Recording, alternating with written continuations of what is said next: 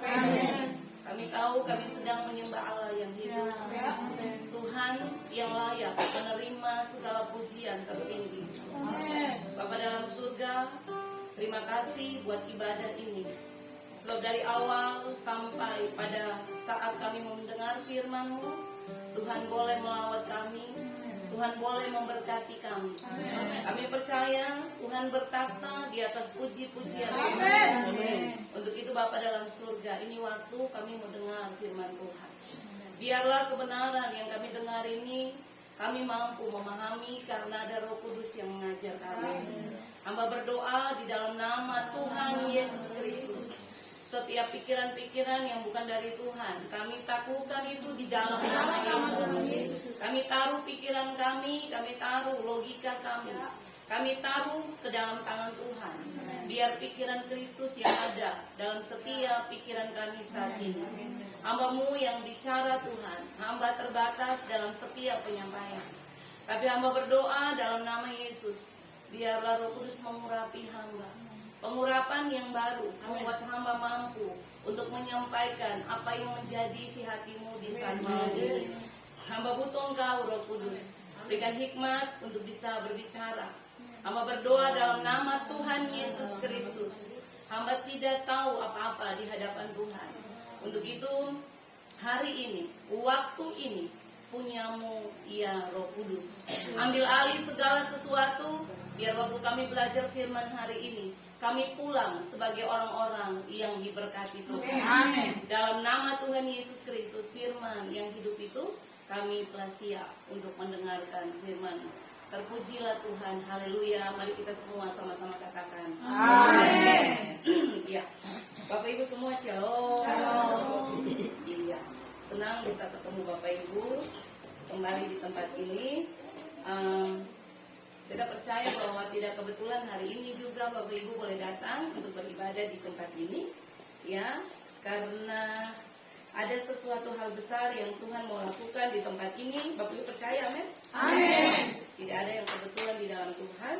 Untuk itu hari ini Bapak Ibu tidak biasanya ya, karena ketemu biasanya hari Jumat doa kota cuma doa begitu saja, puji-pujian, penyembahan. Tapi hari ini karena permintaan dari Ibu Dian, ya, Ibu Dian minta supaya kalau bisa atau bisa dengan firman, sharing firman di tempat ini. Karena besok Ibu Dian akan pulang kembali ke Jakarta. Makanya Bapak Ibu semua mungkin hari ini ketong ibadahnya agak beda karena ketong akan dengar firman. Nah mari beta minta undang Bapak Ibu semua boleh sama-sama buka dengan beta di dalam Alkitab Perjanjian Baru. Bapak Ibu boleh buka dalam Alkitab Perjanjian Baru. Bapak Ibu buka dalam kitab Lukas, okay? Kitab Lukas pasal yang ke-17. Bapak Ibu buka kitab Lukas pasalnya yang ke-17 ayat yang ke-11 sampai ayat yang ke-19. Okay? Lukas pasalnya yang ke-17 ayatnya yang ke-11 sampai ayat yang ke-19. Ya. Kalau Bapak Ibu semua sudah dapat, kita boleh minta Bapak Ibu boleh bantu berdiri. Mari kita menghormati firman Tuhan. Ya, kita akan sama-sama Bapak Ibu 17 ayat 11 sampai ayat yang ke-19. Bapak Ibu dan Beta boleh membaca secara bergilir, satu orang boleh baca satu orang satu ayat ya. Jadi Lukas pasal 17 ayat 11 sampai ayat 19, demikian bunyi firman Tuhan. Ke-10 orang kusta. Dalam perjalanannya ke Yerusalem, Yesus menyusur perbatasan Samaria dan Galilea. Ketika ia memasuki suatu desa, datanglah 10 orang kusta menemui dia. Mereka tinggal berdiri akan jauh. Dan berteriak, Yesus, Guru, kasihanilah kami. Lalu ia memandang mereka dan berkata, pergilah, perlihatkanlah dirimu kepada imam-imam. Dan sementara mereka di tengah jalan, mereka menjadi tahir. Seorang dari mereka, ketika melihat bahwa ia telah sembuh, kembali sambil memuliakan Allah dengan suara nyaring. Lalu tersungkur di depan kaki Yesus dan mengucap syukur kepadanya. Orang itu adalah seorang Samaria. Lalu Yesus berkata, bukankah ke-10 orang tadi semuanya telah melihat kami? Di manakah yang 9 orang itu?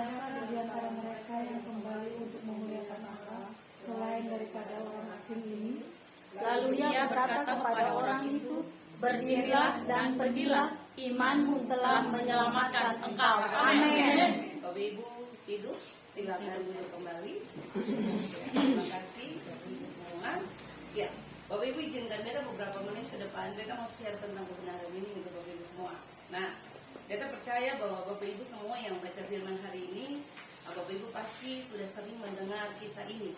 Pasti sudah sering mendengar cerita tentang 10 orang kusta ya.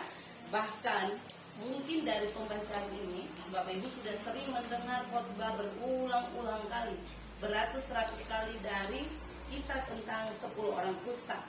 Tapi Bapak Ibu yang diberkati oleh Tuhan, hari ini ada satu kebenaran yang Bapak Ibu dan beta semua perlu ketahui bersama tentang kebenaran ini. Nah, hari ini beta mau bicara tentang tema gini Bapak Ibu, jangan lupakan kebaikan Tuhan. Katakan amin. Nah, Bapak Ibu, kalau Bapak Ibu dengar kata jangan melupakan kebaikan Tuhan, Bapak Ibu ingat gini, siapa di antara Bapak Ibu semua yang belum pernah sekalipun Tuhan jawab dia punya doa? Ada? Ada di antara Bapak Ibu dan beta yang hadir malam hari ini ketika Bapak Ibu bergumul untuk satu persoalan, ketika Bapak Ibu berdoa, Tuhan tidak pernah jawab satu kali pun pergumulan itu. Ada? Ada kesen Bapak Ibu? Bisa jawab kan? Ada. Kesen. Tuhan selalu jawab doa ya? Mungkin ada beberapa doa Bapak Ibu, pergumulan Bapak Ibu yang belum dijawab Tuhan.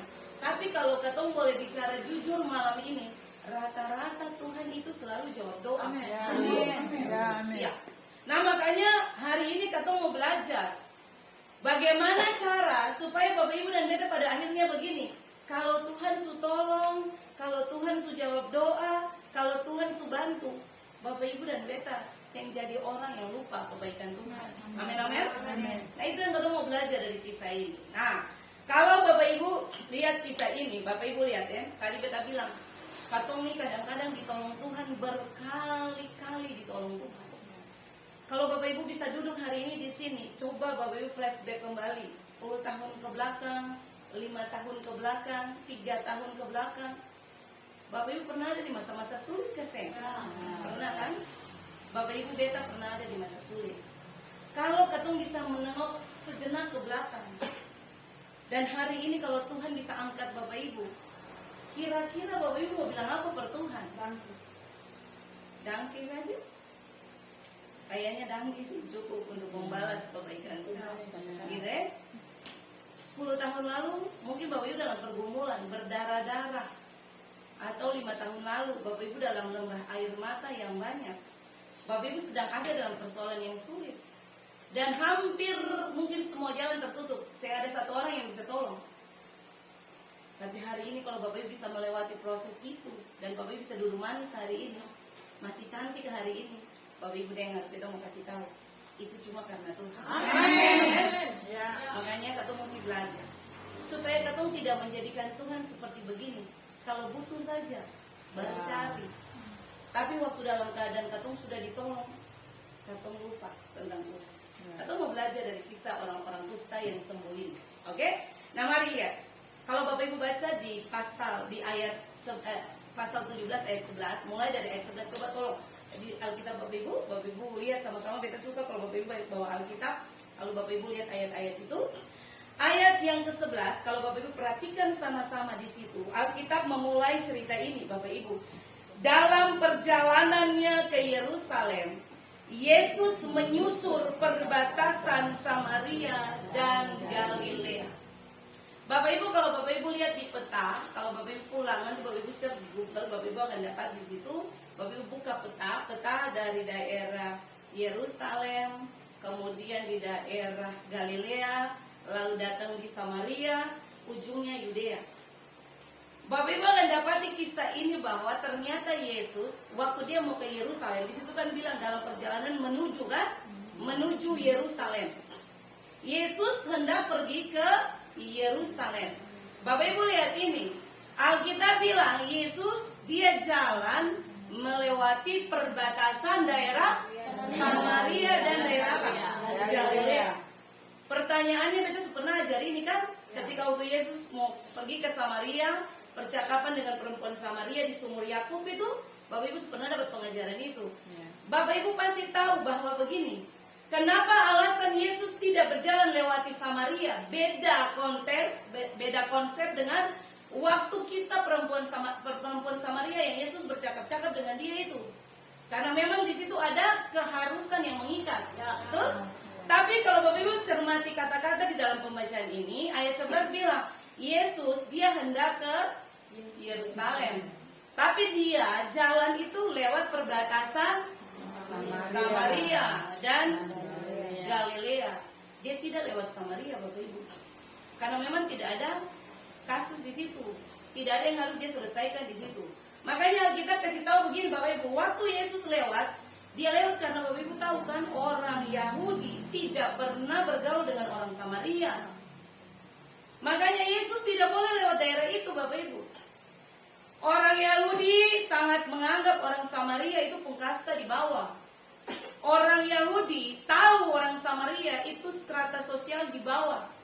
Makanya orang Yahudi tidak boleh bergaul dengan orang Samaria. Yesus pada saat dia mau pergi ke Yerusalem, dia beda Bapak Ibu. Dia tidak seperti yang kasus, dia harus selesaikan kasus perempuan Samaria. Makanya dia harus lewat situ. Tapi ini dia menyusut cuma lewat perbatasan. Maksudnya apa? Menghindari injak kaki di daerah Samaria. Sudah? Nah, mari kita lihat sama-sama. Yesus tiba di satu tempat. Di situ dia sering bilang nama, tapi cuma dia bilang tibalah Yesus di satu desa. Nah, Bapak Ibu lihat peristiwa ini terjadi waktu Yesus tiba di desa itu. Ada 10 orang yang mengalami sakit kusta. Kalau Bapak Ibu baca kisah itu, Bapak Ibu tadi sudah baca sama-sama dengan Beta. Bapak Ibu akan temui di sini 10 orang kusta, dia punya masalah. Dia datang kepada Yesus karena begini, Bapak Ibu, motivasi cuma satu, harus sembuh. Harus sembuh. Berapa banyak di antara Bapak Ibu dan Beta yang hari-hari cari Tuhan supaya katong pun doa dijawab? Berapa banyak di antara Bapak Ibu dan Beta cari Tuhan supaya persoalan selesai? Ingat ini Bapak Ibu, motivasi di balik Bapak Ibu cari Tuhan menentukan Tuhan jawab doa dan tidak. Amin. Amin. Jadi kalau Bapak Ibu mau Tuhan jawab doa, Bapak Ibu benahi, Bapak Ibu punya motivasi dari awal. Beta bilang ini berkali-kali, cari Tuhan itu bukan supaya doa dijawab saja. Jawab doa itu bonus Bapak Ibu. Bapak Ibu tidak minta sekalipun Tuhan tahu. Amin. Bapak Ibu yang perlu minta, bergumul, berpuasa 40 hari, 40 malam untuk minta sesuatu dari Tuhan. Dia tahu apa yang kau butuhkan. Yang dia butuh gini, sikap hati, kau datang cari dia. Oke? Nah coba Bapak Ibu perhatikan sama-sama. 10 datang. Awal datang punya motivasi begini Bapak Ibu. Yang penting sembuh. Yang penting sembuh. Beta datang karena beta harus sembuh. Tapi apa yang terjadi setelah mereka ditolong Tuhan? Terbalik kan? 9 yang datang, 1 saja yang datang. Nah ini yang kita mau belajar, mau gali dari kisah orang Samaria 1 ini, yang dia datang kembali cari Tuhan. Oke Bapak Ibu? Nah mari kita lihat sama-sama. Coba Bapak Ibu buka sama-sama dengan Beta. Coba lihat di ayat yang ke-14. Coba lihat. Ayat 13. Ayat 13 kalau Bapak Ibu baca, di situ dia ceritakan begini Bapak Ibu. Dan berteriaklah dan berteriak, Yesus Guru, kasihanilah kami. Bapak Ibu, ketika Yesus masuk di desa itu, tadi Beta bilang 10 orang yang sakit kusta ini, mereka punya kebutuhan, datang dengan motivasi mau sembuh. Nah lihat pernyataan yang mereka keluarkan waktu Yesus lewat. Yesus Guru, kasihanilah kami.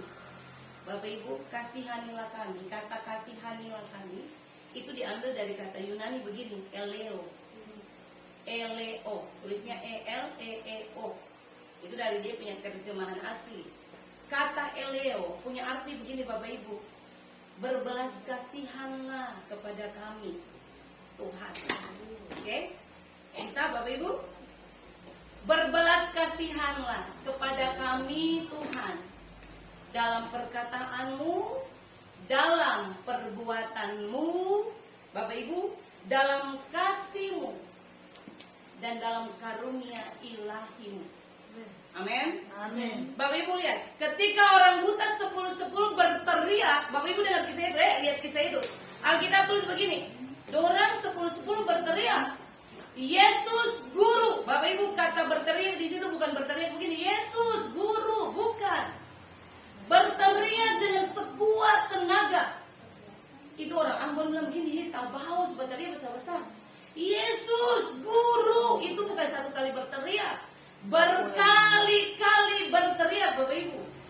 Yesus Guru, Eleo, dia bilang gitu, Eleo, katanya gitu ya. Jadi dia punya kata asli yang dipakai di situ Eleo. Dia bilang begini, Yesus Guru, berbalas kasihanlah pada kami melalui perbuatanmu, melalui perkataanmu, melalui kasih-Mu dalam keilahian yang tertinggi.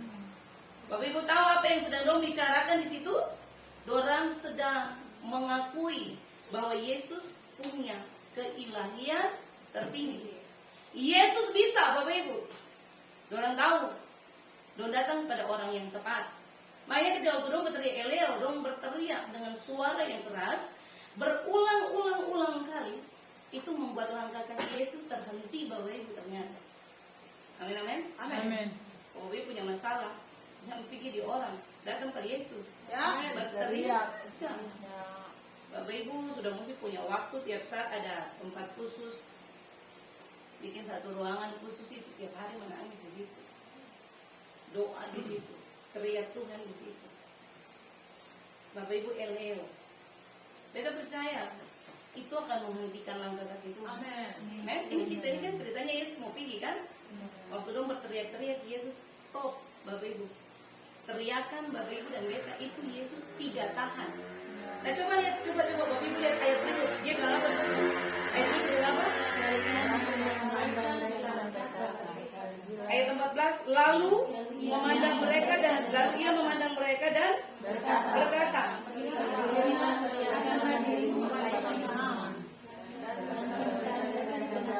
menjadi Bapak Ibu, kata di situ, kata melihat memandang mereka itu diambil dari kata Yunani. Bapak Ibu tahu, horao, sama dengan kata melihat. Jadi ketika begini, ketika Yesus lewat, mereka eleo, berteriak kuat-kuat, Yesus Guru, berteriak ulang-ulang Bapak Ibu. Alkitab bilang gini, langkah kaki Yesus mulai terhenti, lalu Yesus memandang ke arah mereka. Yesus horao. Horao. Kata horao itu punya arti begini Bapak Ibu. Yesus stop, Yesus lihat, bukan sekedar ada 10 orang kusta yang berteriak.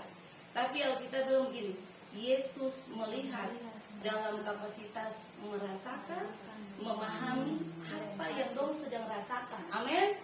Bapak Ibu, zaman itu kalau orang sakit kusta tidak boleh ada di lingkungan orang-orang sehat. Di zaman Yesus hidup itu, orang sakit kusta itu harus dikucilkan. Tidak boleh masuk dalam kumpulan jemaat Tuhan, karena itu penyakit yang paling sadis. Di zaman itu orang sakit kusta itu orang yang kena kutuk, Bapak Ibu. Orang-orang ini orang-orang yang tidak dianggap, dikucilkan dari masyarakat.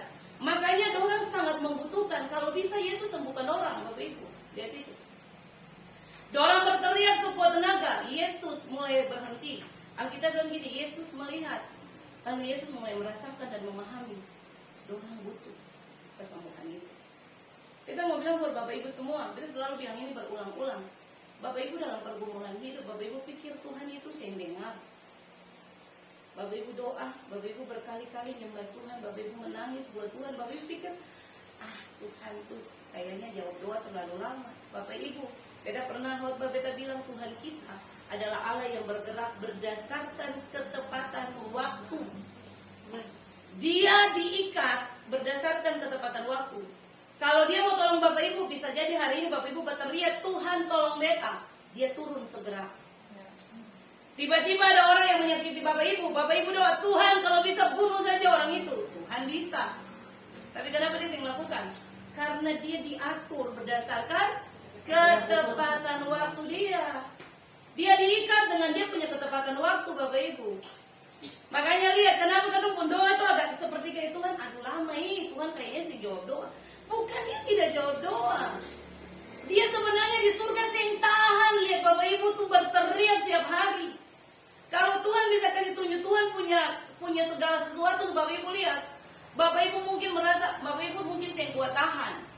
Di surga, Bapak Ibu, Alkitab bilang begini, dia itu Bapa yang baik. Dia yang tega lihat Bapak Ibu tiap hari menangis. Dia tidak tega tiap hari lihat Bapak Ibu harus bergumul dengan penderitaan. Dia yang tega Bapak Ibu. Cuman gini, dia itu diatur oleh ketepatan waktu. Gitu ya, kalau beta jadi Tuhan hari ini mau meta berdoa, beta turun cepat-cepat. Selesaikan saja, kita mau meta, untuk baik kita belum Tuhan. Kalau saya bahaya orang mati banyak. Kan salah, kan mati saja. Tapi kata keuntungan hebat, Dia harus bergerak berdasarkan kedaulatan, ketepatan waktu yang sudah diatur oleh Bapa di surga. Ya, jadi ingat itu Bapak Ibu. Yesus yang tahan, dia melihat, memahami, lalu dia berempati. Dia merasakan, 10 ini butuh kesembuhan itu. Nah, Bapak Ibu mari kita belajar. Ada 3 hal penting yang beta mau share hari ini. Tadi itu intermezzo, panjang. Gitu. Belum isi khotbah. Jadi ada 3 hal penting yang kita mau belajar dari kisah tentang bagaimana cara supaya Bapak Ibu dan beta kalau hidup katong sing lupa Tuhan pun kebaikan. Oke? Nah, hal pertama katong mau belajar. Bapak Ibu lihat sama-sama dengan beta di ayat yang ke-15. Ayat 15 itu intisari dari pengajaran hari ini. Ayat 15. Hal pertama yang Bapak Ibu dan beta harus lakukan supaya katong tetap ingat Tuhan punya kebaikan. Bapak Ibu, mari kembali buat Tuhan. Amin. Amin. Kata kembali yang ada di dalam ayat yang ke-15 itu Bapak Ibu, seorang dari mereka ketika melihat bahwa ia telah sembuh, kembali sambil memuliakan Allah. Kata kembali itu diambil dari kata Ibrani begini Bapak Ibu, hupostrepo. Hupostrepo punya pengertian begini Bapak Ibu. Dia berbalik sejenak ke belakang, lalu dia mengingat kebaikan Tuhan. Jadi ketika orang 10 itu mengalami mujizat kesembuhan, Bapak Ibu ternyata yang balik cuma 1, Yang balik cuma 1. Baru yang balik itu orang Samaria lagi, dengarkan. Orang yang boleh datang, boleh dekat dengan Yesus, tapi dia datang. Orang yang kenal Yesus Bapak Ibu, tapi dia datang. Lalu yang 9 entah kemana. Hari-hari ini roh 9 orang kusta itu sedang menguasai orang percaya. Jadi ingat Bapak Ibu, kita hidup di zaman akhir ini, roh 9 orang kusta yang sembuh itu lagi menguasai orang percaya. Datang didoakan, setelah sembuh entah kemana. Gitu. Bersyukur jua sonde. You know sonde? Gitu Bapak Ibu ya? Jadi Bapak Ibu lihat ini, 9 orang ini yang balik, 1 saja yang balik. Alkitab bilang gini, dia kembali lalu mengucap syukur. Hupostrepo itu punya pengertian begitu Bapak Ibu. Berbalik sejenak lalu mengingat kebaikan Tuhan. Dia balik alasannya kuat Bapak Ibu. Tuhan, tadi beta sakit, tapi hari ini beta sudah sembuh. Beta harus kembali datang untuk bersyukur kepada Tuhan. Beta harus datang bilang Tuhan terima kasih. Karena apa? Karena Tuhan sudah menyembuhkan beta. Kira-kira begitu. Lalu yang berikut Bapak Ibu, kata hupostrepo punya pengertian berikut begini Bapak Ibu. Dia kembali, lalu dia mengingatkan dia punya diri sendiri begini. Dulu beta pernah susah, tapi Tuhan tolong. Bisa Bapak Ibu? Makanya tadi beta bilang, Bapak Ibu kalau dulu sejenak di sini lu merenungkan kehidupan 10 tahun lalu, 5 tahun lalu, Bapak Ibu mungkin berdarah-darah. Tapi hari ini Bapak Ibu semua Tuhan mulai angkat, Tuhan mulai kembalikan Bapak Ibu pada kebenaran. Bapak Ibu dan Beta lihat itu, apa yang sedang Tuhan buat. Bapak Ibu dan Beta tidak bisa membalas semua kebaikan Tuhan. Amin, amin Bapak Ibu. Iya. Jadi Bapak Ibu perhatikan ini sama-sama dengan Beta. Mari silakan. Ya. Jadi Bapak Ibu yang diberkati oleh Tuhan, mari kita lihat ini sama-sama ya. Kalau Bapak Ibu hari ini Bapak Ibu bisa dengan Beta duduk di tempat ini, itu cuma semata-mata karena Tuhan baik. Amin. Tuhan mengasihi Bapak Ibu. Ya. Orang kusta ini Bapak Ibu, dia kembali. Lalu dia menoleh ke belakang sejenak, dia mengingat kebaikan Tuhan. Betapa hebatnya Tuhan yang dia sembah. Sehingga dia benar-benar mengalami yang namanya kesembuhan yang terjadi. Nah Bapak Ibu yang kedua, yang berikut dari pengertian kata kembali itu, coba lihat sama-sama di ayat itu Bapak Ibu. Dia kembali untuk mencari Tuhan, ya. Kata hupostrepo itu pengerti begitu. Dia kembali sejenak untuk mencari Tuhan. Bapak Ibu lihat, ada pernyataan Yesus waktu orang datang, mana yang 9? Betul kasih? Coba Bapak Ibu baca di situ. Mana yang 9? Kenapa satu saja yang datang? Untuk mengucap syukur. Makanya Beta bilang, Bapak Ibu, mari cek ulang. Bapak Ibu dan Beta memotivasi cari Tuhan selama ini sebenarnya apa? Kalau Bapak Ibu dari awal punya motivasi cari Tuhan benar, Beta rasa gini, persoalan apapun tidak pernah membuat Bapak Ibu jauh dari Tuhan. Amin. Amin. Penting punya motivasi benar Bapak Ibu. Karena kalau Bapak Ibu dari awal punya motivasi yang salah, Beta rasa gini, ketika Bapak Ibu cari Tuhan, pas ada persoalan Bapak Ibu akan pikas tinggal Tuhan. Gitu ya? Lihat kisah ini Bapak Ibu, 10 orang kusta. Motivasi awal benar, tapi akhir salah. Awal cari Tuhan semua karena butuh kesembuhan. Pas Tuhan sembuhkan, entah kemana 9, satu saja yang datang bersyukur. Nah kadang-kadang ketong ada di posisi ini, betul kasih Bapak Ibu. Bapak Ibu dan Beta yang bicara juga seperti gitu. Kadang-kadang ketong cari Tuhan itu karena begini, motivasi ketong awal baik, tapi ketong harus ingat bahwa mengakhiri juga baik. Gitu ya. Cari Tuhan motivasi dari awal baik sampai akhir baik. Ada begitu banyak orang, makanya kenapa firman Tuhan bilang gini, kalau memulai dengan roh harus mengakhiri dengan roh. Kalau Bapak Ibu memulai dengan roh, Bapak Ibu mengakhiri dengan daging, mending jangan susah-susah datang ibadah. Bapak Ibu tinggal di rumah saja, gitu. Ngapain juga Bapak Ibu bersekutuan sampai sampai siang, sampai malam, ibadah sampai berdoa sampai dasar-dasar. Tapi pada akhirnya Bapak Ibu mengakhiri dalam daging. Nah itu yang katong harus cek ulang. Katong punya motivasi cari Tuhan hari-hari ini. Amin? Amin. Iya, itu poin pertama. Itu yang pertama. Yang kedua, iya, ini semua hampir habis, cuma 3 saja. Jadi hampir selesai. Yang kedua Bapak Ibu ya. Yang kedua gini, coba Bapak Ibu perhatikan ayat 16. Ayat 16 ya. Dari Lukas 17 ayat 11 sampai ayat 19. Lukas 17 ayat 11 sampai ayat 19. Coba lihat sama-sama ayat yang ke-16. Ayat yang ke-16, poin kedua yang katong harus lakukan gini, supaya katong itu sing lupa kebaikan Tuhan. Bapak Ibu lihat ayat 16. Ayat 16 di situ dia bilang apa? Lalu tersungkur. Coba tolong Bapak Ibu garis bawahi kata tersungkur. Kata tersungkur itu kata penting itu.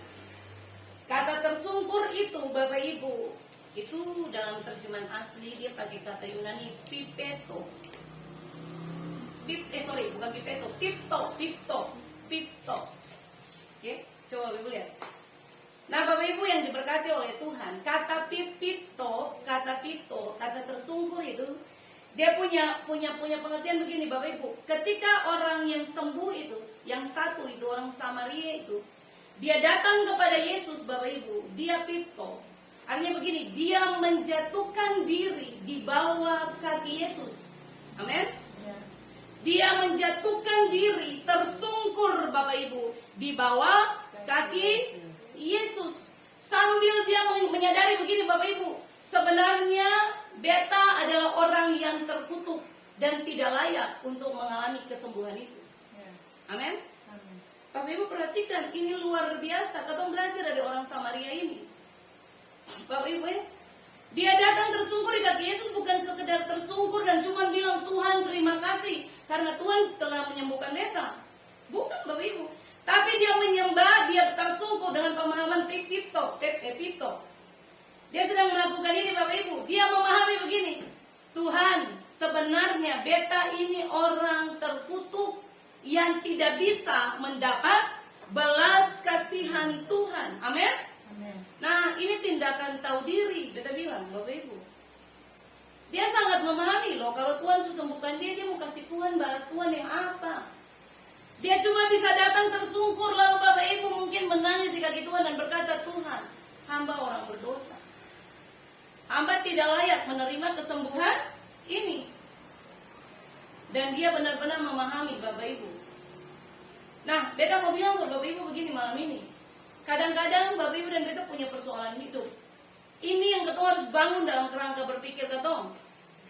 Waktu Tuhan tolong Bapak Ibu dan beta, harusnya Bapak Ibu dan beta memahami begini. Sebenarnya katong tidak layak ditolong Tuhan.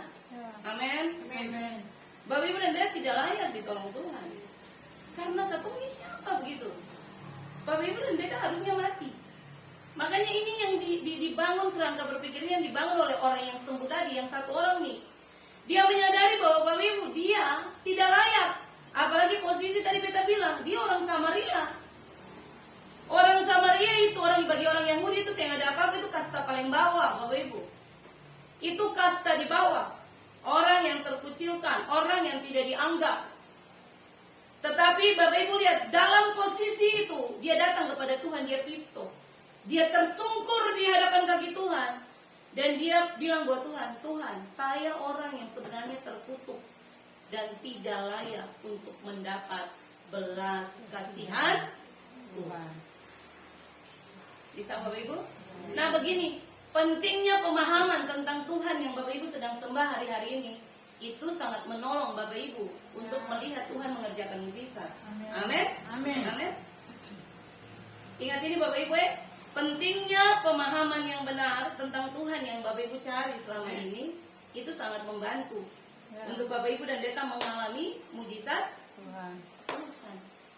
Kalau Bapak Ibu memahami seperti orang buta ini, orang kusta ini, Bapak Ibu akan tiba pada titik begini. Semua yang Bapak Ibu lakukan, Bapak Ibu sadar bahwa sebenarnya itu cuma karena Tuhan. Jadi katong belajar Bapak Ibu bahwa memang tidak gampang. Kadang-kadang kalau katong mengalami sesuatu persoalan hidup, katong cari Tuhan itu gampang. Betul kasih. Rata-rata Bapak Ibu dan kita alami itu. Kalau katong punya proses hidup yang panjang, proses hidup yang berat, cari Tuhan itu semua orang pasti cari. Tapi coba kalau Bapak Ibu sudah ada di zona nyaman. Ini 9 orang kusta yang sembuh itu ada di zona nyaman. Ketika sembuh pergi, sing balik.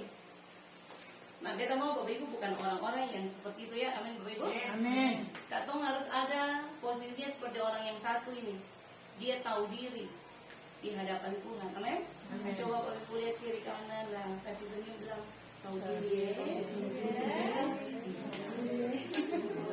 Oke?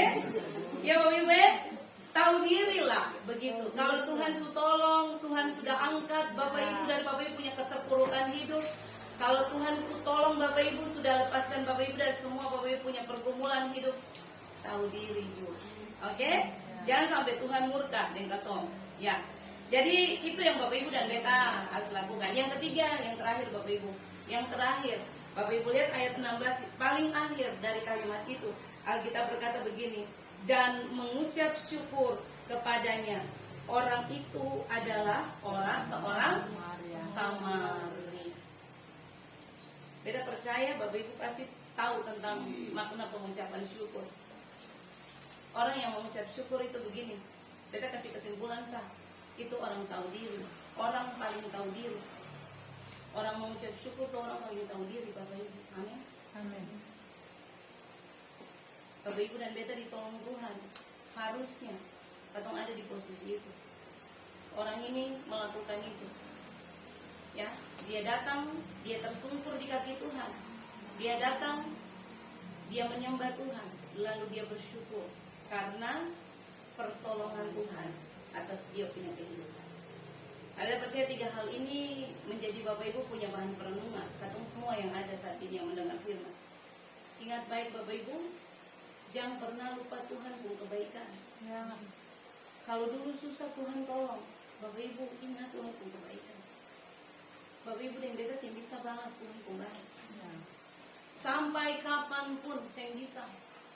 Biar Bapak Ibu kasih hidup melayani Tuhan sampai seumur hidup pun Bapak Ibu sih bisa balas Tuhan punya kebaikan. Biar Bapak Ibu sumbang gereja sampai Bapak Ibu uang habis, Bapak Ibu sih bisa balas Tuhan punya kebaikan. Satu saja, mari berkomitmen seperti orang yang sembuh ini. Tahu diri di hadapan Tuhan, datang tersungkur di hadapan Tuhan, datang mengucap syukur buat Tuhan. Amin Bapak Ibu. Amin. Kiranya firman ini jadi kekuatan buat Bapak Ibu semua. Kita percaya hari ini Bapak Ibu semua diberkati. Amin. Bapak Ibu boleh pulang merenungkan kembali tentang kebaikan Tuhan yang Bapak Ibu sembah selama ini.